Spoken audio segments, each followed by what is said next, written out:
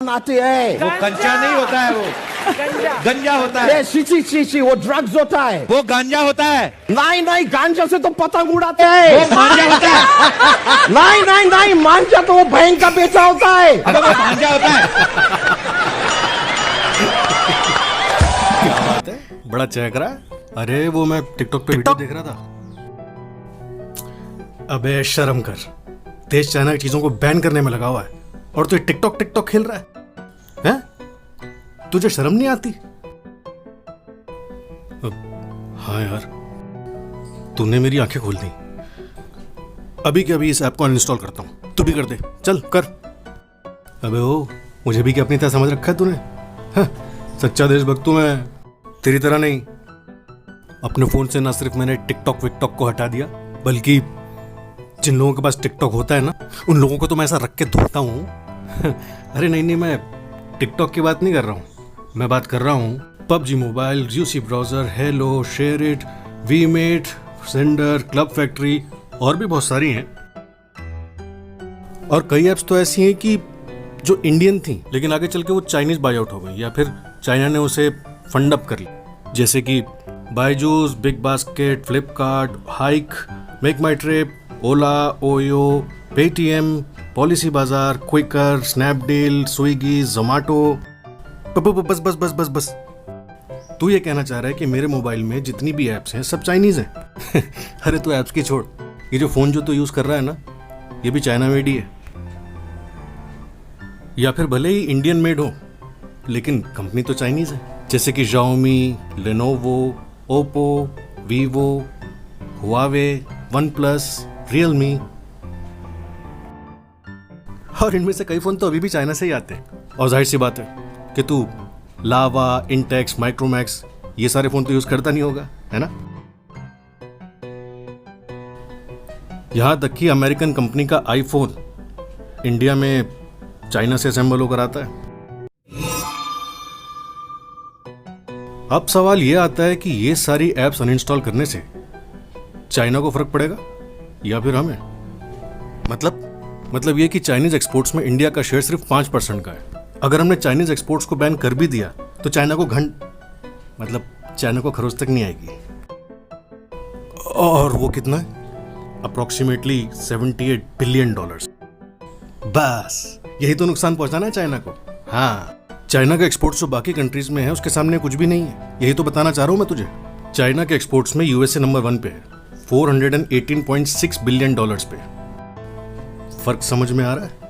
अब इसको ऐसे समझ कि एक आदमी के पास 1 करोड़ रुपए है, अब उसे 5 लाख का घाटा हो जाता है तो उसे क्या फर्क पड़ेगा? लेकिन दूसरे आदमी के पास 5 लाख रुपए है और उसे 50,000 रुपए का घाटा हो जाता है, तो बड़ा नुकसान किसका हुआ? कंपैरिजन समझ में आ रहा है ना? अरे थोड़ा ही सही, मैं तो कहता हूं कुछ तो असर पड़ेगा, कुछ तो फर्क पड़ेगा चाइना को। बिल्कुल फर्क तो पड़ेगा, लेकिन कभी ये सोचा है कि चाइना ने भी अगर यही कदम इंडिया के खिलाफ उठा लिया तो कितना फर्क पड़ेगा? क्या चाइना इंडिया के लिए नंबर 3 इंपोर्टर है, $16.75 बिलियन पे, यानी सीधे सीधे हम उनसे जितना खरीदते हैं उससे बहुत कम बेचते हैं उन्हें।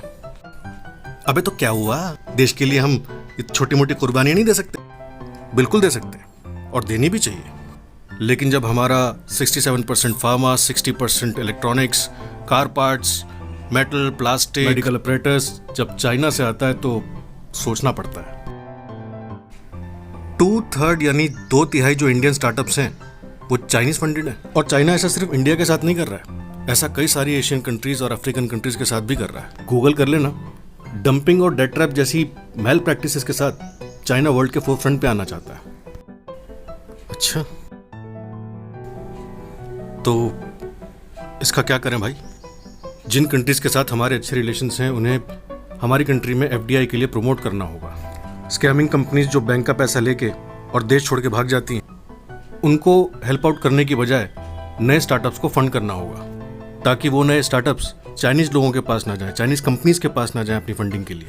मेक इन इंडिया और स्टार्टअप इंडिया जैसी स्कीम्स के तहत बहुत सारे नए प्रोजेक्ट्स को फंड अप करना होगा, स्टार्टअप करना होगा। एटलीस्ट वहां जैसे प्रोडक्ट्स ना भी बनाएं, लेकिन उनके लेवल के बनाने की कोशिश करें।